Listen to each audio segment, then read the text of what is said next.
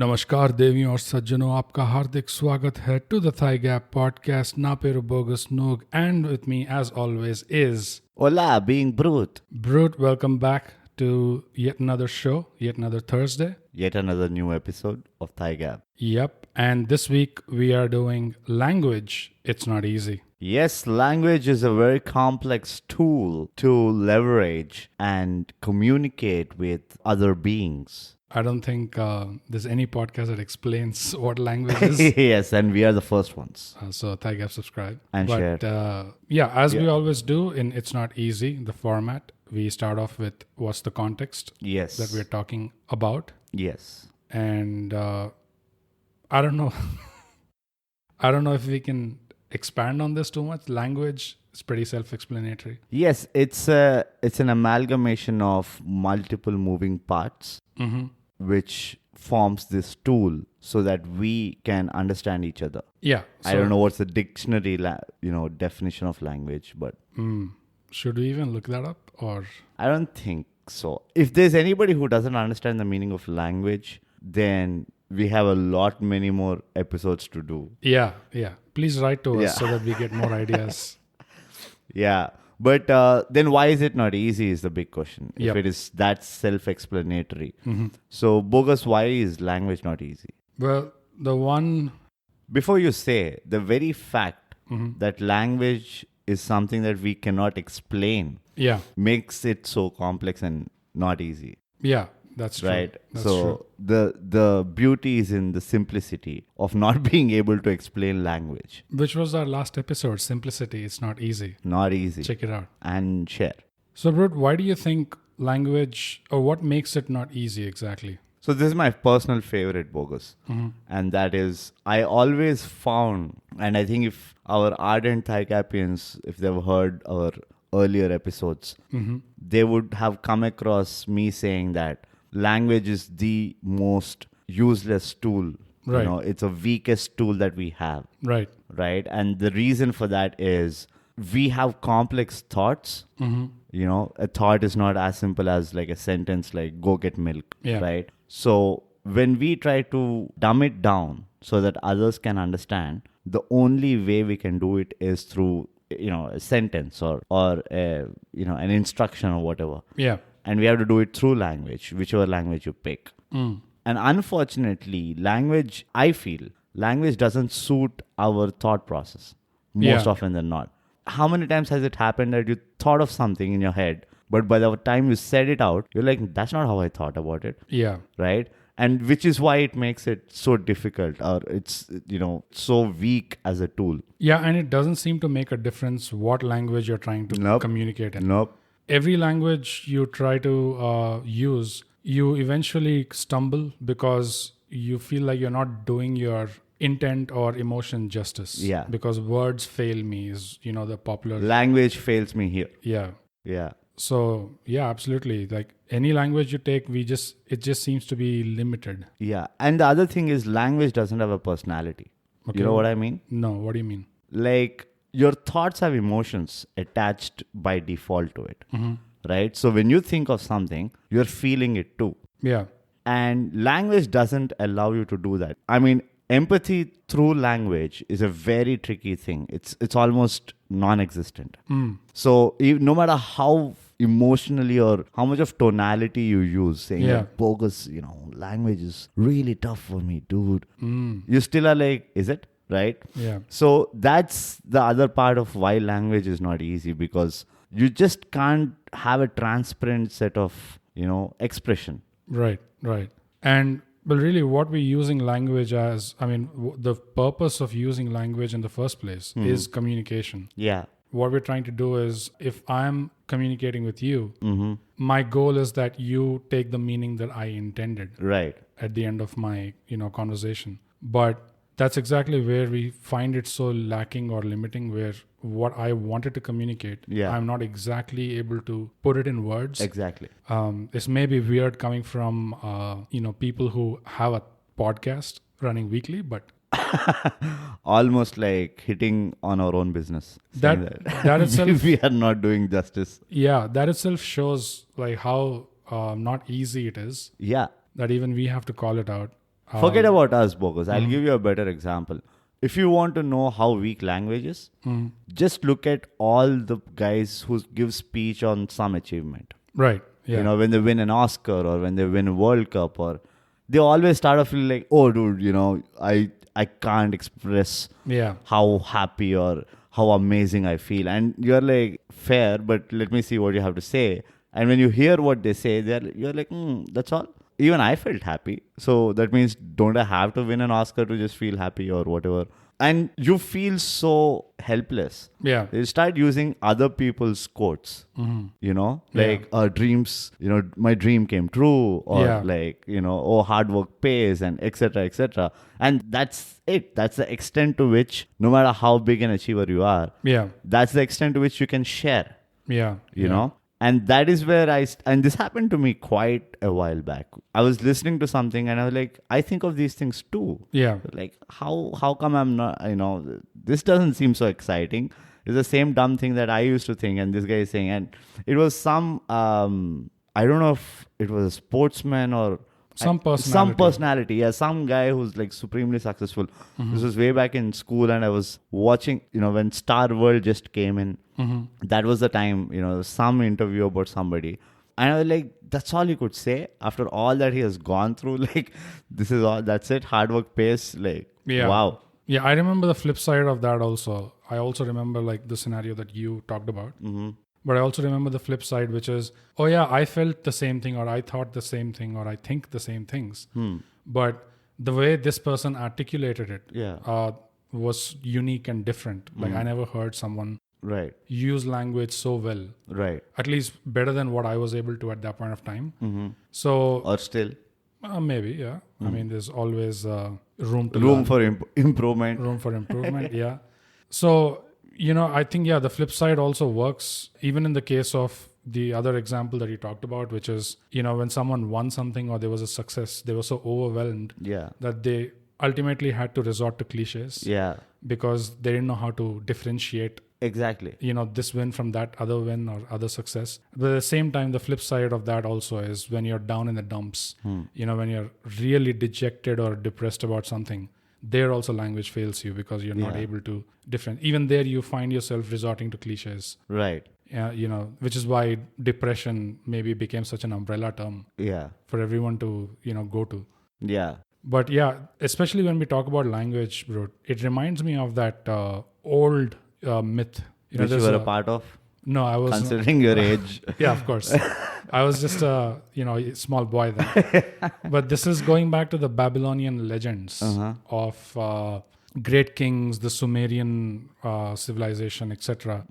In those times, they have this legend where a powerful king or an emperor, you know, I forgot the name, but who cares? Doesn't matter. Yeah, he died. So he was so powerful and he was so dominant that he embarked upon a project to build a tower, which the idea was that the tower itself was in a spiral design.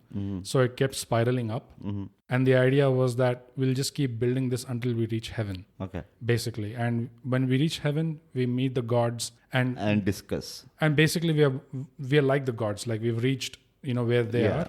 So let's aim for the stars, literally kind of thing. So they started building this tower, and this is called the Tower of Babel in that legend. And weirdly enough, the EU headquarters in Brussels is exactly modeled after this Tower of Babel. Reaching to the stars. Yeah, Babel. Shouldn't NASA's building be that? Like I know. It's so weird that a bunch of politicians, have that goal. Yeah. But what happened in that legend was, it was said that during that time, there was only one language. Everyone understood each other. There was no confusion. And with that, clarity. With that clarity and with that collaboration, they embarked upon this project. They kept building the tower. It grew taller and taller until a point where the gods finally took notice, of this. And they got really angry. Like, how you don't know your place, basically. How dare you think you can reach us and depose us from our position? That's not going to happen. So the gods got angry and they sent, all kinds of typical thunderstorms, lightning, all that stuff. You name it, they had it. Yeah. So they crashed the tower, basically. And then they scattered the people in 4 different directions. Yeah. And then they confused their language. Mm-hmm. And that's how we never built that tower ever again. And that's how we went from a point where we all spoke one language to now where we have so many different languages. Yeah. So we don't, there's that communication gap always. Yeah. So that's how that legend goes. But you can see how old this goes back to. This whole legend. The importance of... Yeah, this whole legend is about language at the end of the day. Right. That we got to a point where we understood each other so perfectly that we embarked upon projects that were threatening to... Right. The God, the creator himself. Yeah. But yeah, I was just reminded of that old Babylonian legend. Yeah. To just say how far back it goes. Yeah. And you see the point there, right? See, yeah. Ultimately, we need... I mean, unfortunately, it's a catch-22. We need it. Yeah.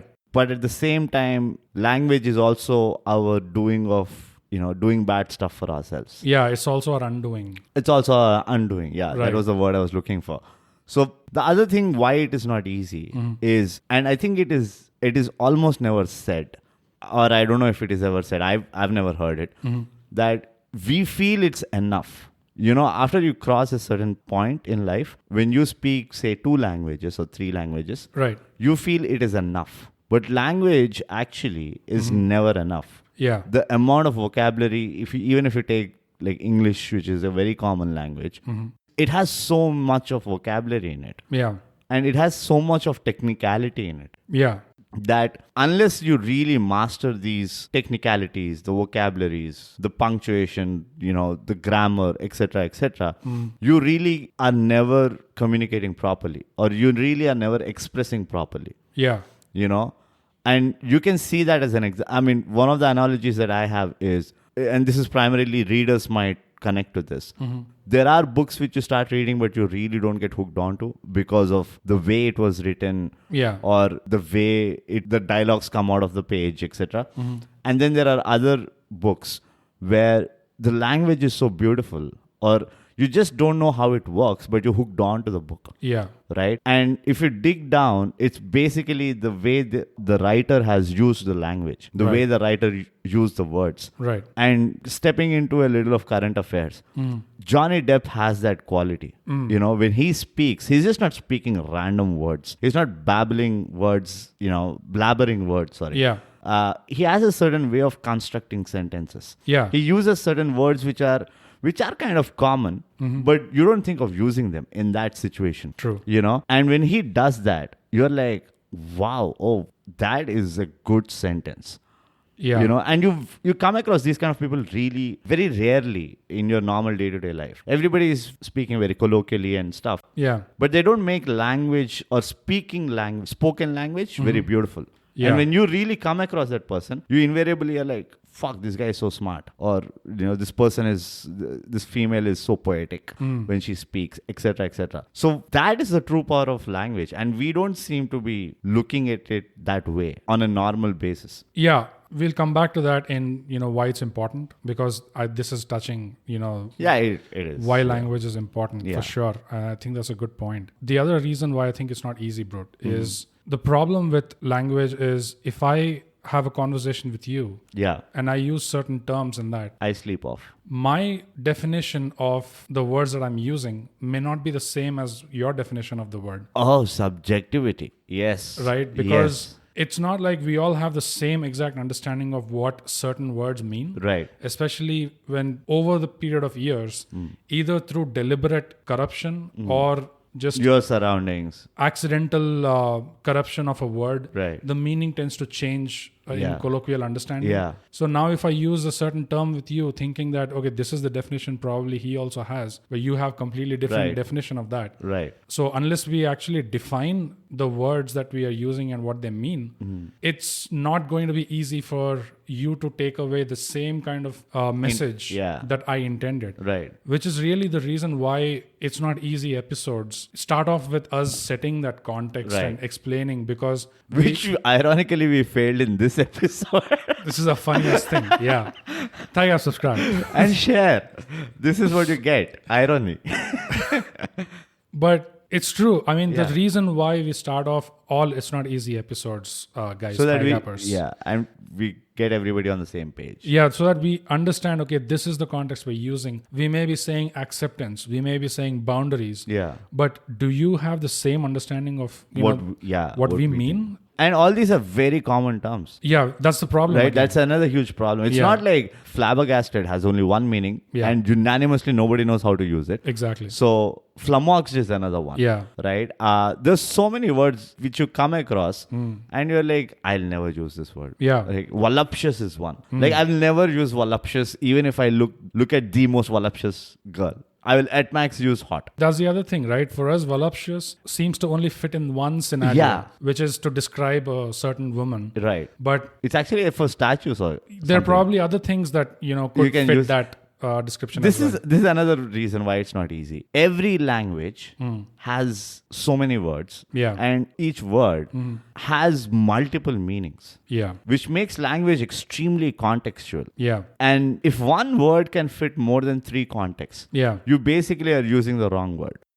You basically are never going to be understood properly. Yeah. And the other reason why it's not easy is because there's so much difference, exactly, adding to what you said, between written language and spoken language. And thinking language. Yeah.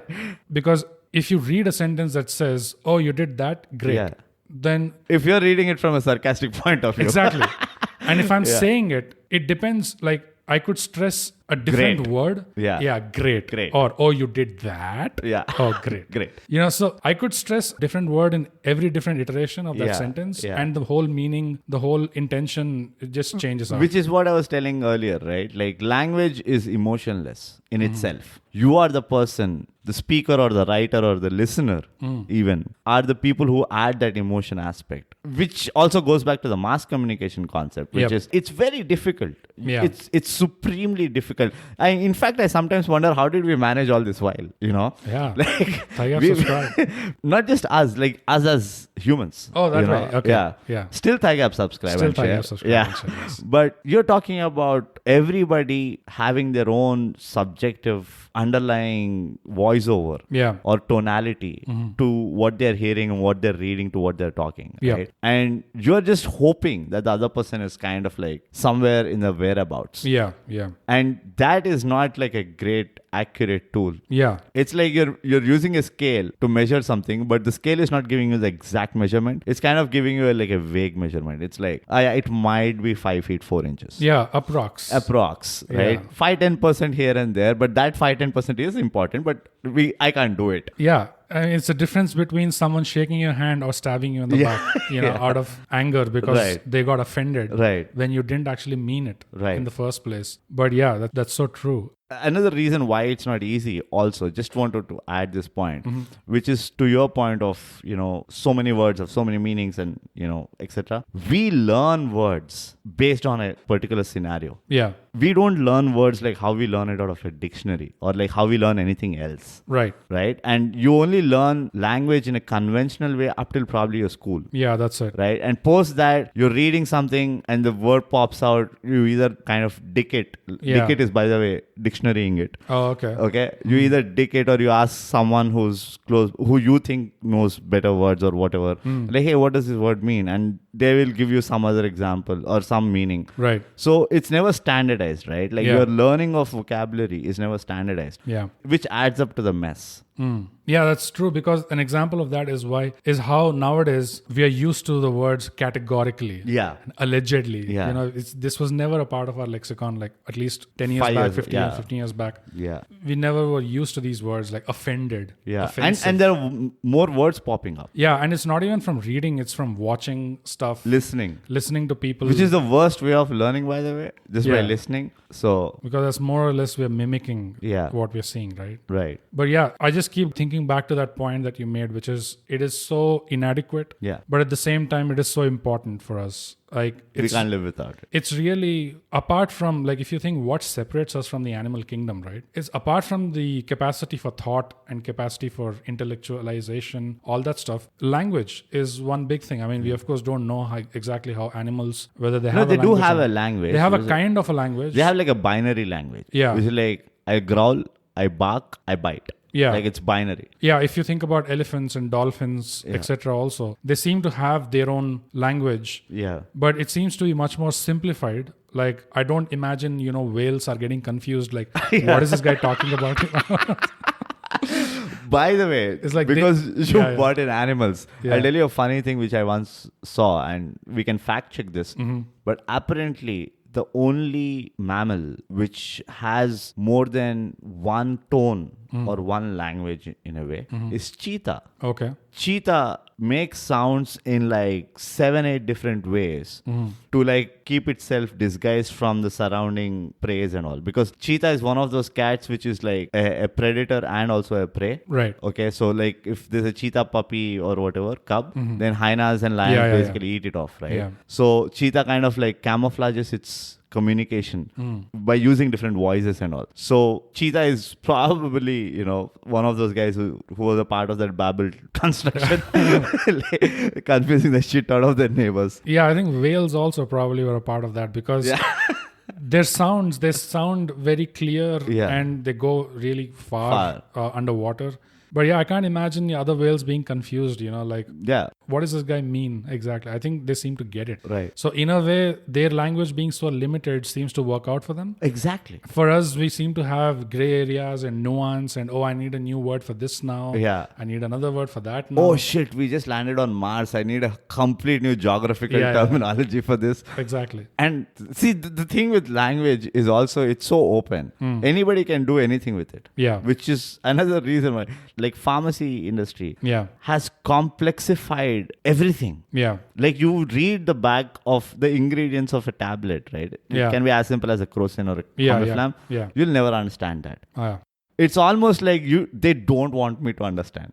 Yeah. Yeah. Same thing is with naming stars, naming planets, or all these things. And like, why are they so? Why can't it just be planet 4? Why can't it just be like far off? Why is it like this coded planet, which as if like I'm going to go there? Yeah. I don't think the Brits ever imagined when they left India that, oh shit, now we have to add words to our dictionary. Veranda, okay, jungle, there was no condition, like we never said you ruled us for 200 years, so you have to add our words. It's like it just happened organically. Like we ended up being patriotic. It kind of almost is offensive that we are happy that they've added our words in Oxford Dictionary. I don't know why we are so. Yeah, I don't know why people are happy about it. But for me, it's they're stealing, bro.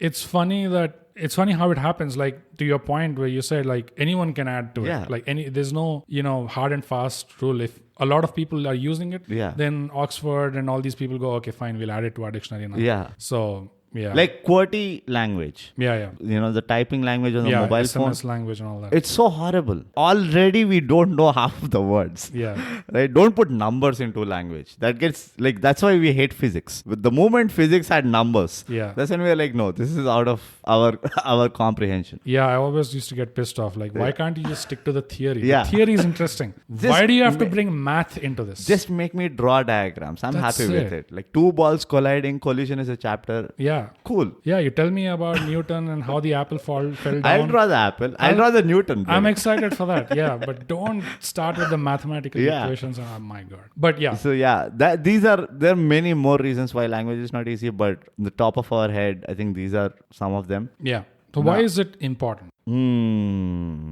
Obviously for the aforementioned reasons. Language is important so that we understand, like you said, clarity of expression rather. Yeah, it's important for communication. Yeah, communication is one. More than communication, more than being instructional and directional, I think it's more about expression. Language is much more of expression than communication, right? So that is one. The other reason why I feel language is important is language is the window to a culture of any society or place or anything. Yeah. The kind of language people speak is the window to how those people function on a day-to-day basis. If you take one family and see how they speak, what is the language they use, what are the okay terms and what are the non-okay terms, right? You kind of get like a peek. It's a very small peek, right? But you get a peek of how the family's culture is, right? Right.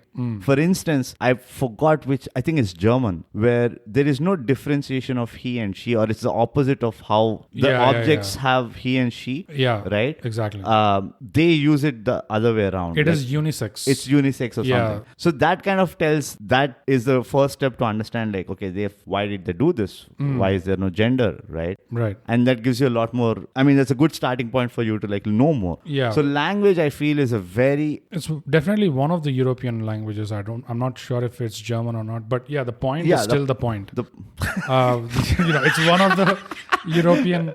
No, I like the languages. Point is still the point. It's still the point. No matter what the languages. Yeah, let's not get hung up on is it German or French. Yeah, it's not a competition, guys. It's not a competition, but you get the point, right? Like, language for me has always given me that little peek into somebody's background or the cultural value. That's very true, because one thing I love about something that's surfaced through language, especially with old languages, that have been there for ages. Yeah, and of course, there's no better example in India. Yeah, they're all old. There are certain expressions, like in, I think, many Indian languages.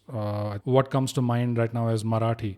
I think, like, there are certain expressions for which you ask the locals themselves, can you translate that? And they're like, no, we can't translate it because this touches a certain emotion, right?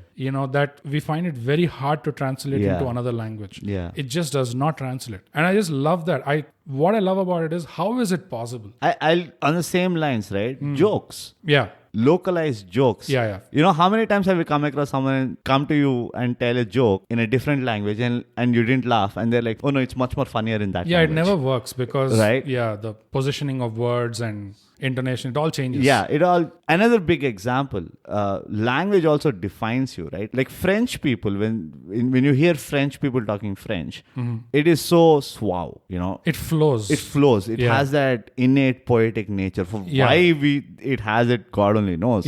Right? And same way you go speak to an Italian or a Mexican, it's so there's something common with how they talk, how their language flows, the French, right? And their cuisine, how they like to eat. Exactly where I was getting to. Try to consume. Exactly where I was getting to. If you see that in general, and not just, there's so many other things, the body language, the way they dress, the kind of things they admire and appreciate. It's almost like their whole culture is greased up. Right. They just want to get greased up, and they're just trying to slip and slide. They just want olive oil all over. That's the Italians. Buongiorno. You see Spanish people, you see Italian people, right? Again, you see that kind of flowing it through their language. They're brash, they're rugged, they have that masculine nature. Italian is a little bit more rugged, and German is almost like jackhammers. They're hitting jackhammers through something. It's like construction work is going on. So it's fascinating. But I was always fascinated, like, how is it that we've had thousands and thousands of years of civilization, and we've had number of dictionaries translating this language to the next and that language back to this. Still, we have intranslatables. And it is shocking how many words there are in Sanskrit that are intranslatable, Where the word is dedicated, the meaning is dedicated to that language. It's very tough to have the same kind of translation in English. Actually, there are many words that English has borrowed from Sanskrit, which actually don't. I think English borrowed a lot of words from a lot of languages. Borrowed, They nationalized shit. Left, right, side. I think Juggernaut was not an English word. It's Jagannath. Jagannath, it's a Sanskrit word. So, you have let's not go there. Which is why it's important to know our languages. But why it is important, coming back to the point that you brought up earlier, which is you use the Johnny Depp example, which is of course a huge, the reality show of our lives. Now. Of our, this generation. The mask of what's really happening. But just the way he speaks, it's the difference between the transactional kind of language, like go get milk, like you said, versus his, which would be much more poetic. It's almost like you milk the cow. It has kind of a sway to it, like it seems to have a rhythm to it, something like that. It's so different, these two, and it reminds me of a documentary that I was watching long back of Alan Moore. The guy who wrote all those graphic novels, Watchmen, etc. And he said something which I thought was on point, like very true. He said, people keep asking me, I can't do Alan Moore, but man, stop. I'm going to cut it out. Yeah. He said, people think people keep debating whether magic is true or magic is not true. Is it real? Is it not real? Why am I so much into occultism or all this stuff? But let me ask you something. If I use language, if I gain mastery over language and I make you understand exactly what I want you to understand, I'm of course paraphrasing, but also if I can say something with total mastery of language, which makes you do what I want you to do. Right. Think Hitler and his speeches. Yeah. Influence. Yeah. Think Steve Jobs and his keynote speeches. Yeah. So if I can say something with some amount of expertise, which has that impact in you, and it makes you do what I want you to do, how is that different from magic? Right. So what the point he was trying to get at is language, when used in a certain way, is like a spell. Yeah. And this also goes back to the old Indian thought, which is that's how mantras were. Yeah. Like they were very strict about the exact pronunciation, the enunciation, where you have to stress, where you have to stop, and the frequency that you hit, the tonality that you hit with a mantra. Why would they be so specific about that? Right. There's no other reason to be, unless it is going back to what this guy is saying, like it's touching to that, which is it is like a spell. Yeah. It has an effect, that you can't deny. Right. So why is it important? There it is. Yeah, absolutely. I completely agree with that. And Johnny Depp, like as you said, Johnny Depp is a great example. Keanu Reeves is another great example, according to me. Mm-hmm. For the fact that he's not fancy like Johnny Depp. He's not suave. Yeah. He's not all that. But he's simple. Yeah. And it's so difficult to even put a simple sentence, but still pack it with so much of meaning. Yeah. And great poets do that. Great writers do that. Yeah.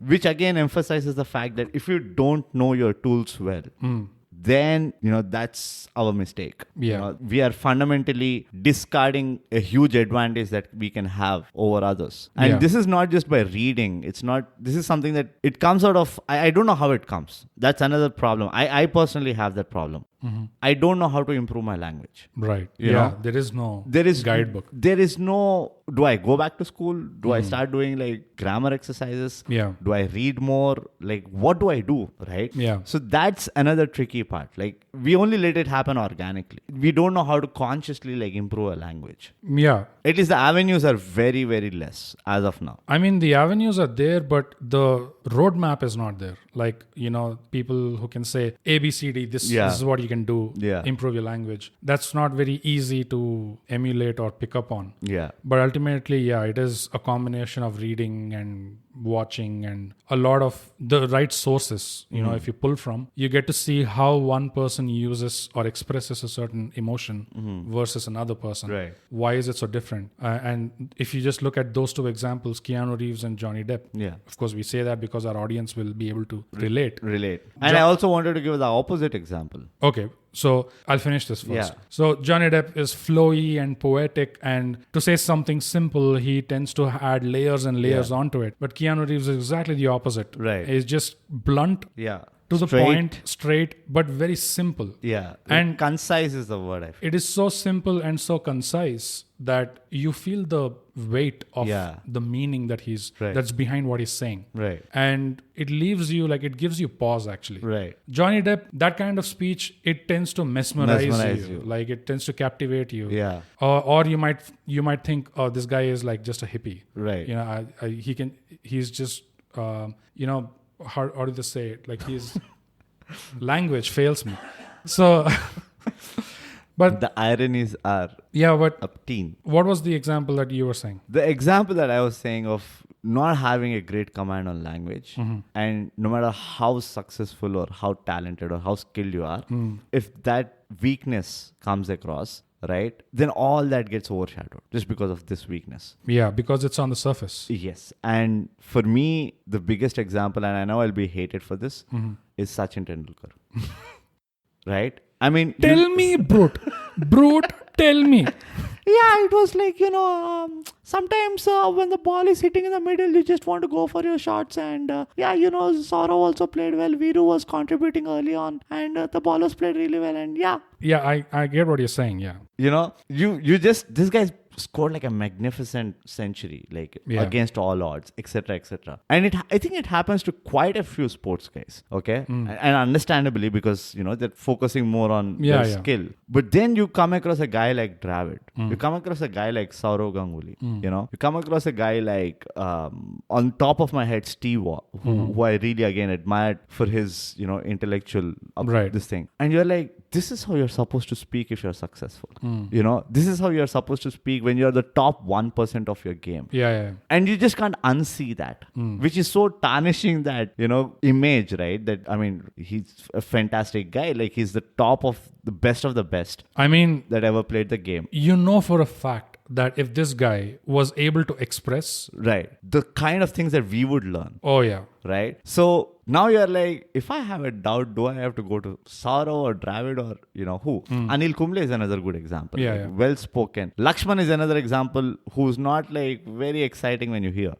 Right? And the list goes on. And it's not just them. And it's not to like point a finger, but I'm just trying to explain the impact. Right? The other thing that's true in the example of, you know, Sachin that you used is that unfortunately, because it's on the surface level, we can never ignore that. It's always there. No matter how much we keep telling ourselves, don't judge a book by its cover. We will. You pick a book by its cover. That's it. It is in our... I mean, the subtle art of not giving a fuck. Why did that book become such a hit? Even if the pages are blank inside, people would have still bought it. So I mean, that's just how we are wired. And this is the example that I want to wrap it up with, which I don't think I can emphasize is better as to why language is important. You know, if you can't speak at least 80% of your thoughts clearly, or you know, enticingly, whatever adjectives we use, then there's a lot more that people will lose. You might not lose necessarily, but people are going to lose, and you will lose in a different way. But that is the way it is. Unfortunately, we've chosen the tool, we made the tool. God knows what all we did with this, but we have to come to an agreement that it's not as easy as it seems. And there's a lot more effort that goes to make it like really an advantageous tool. But if that effort is made, then that advantage is huge. It's magical. It is massive. Absolutely. So with that, ladies and gentlemen, is why language is not easy. I'm at loss of words.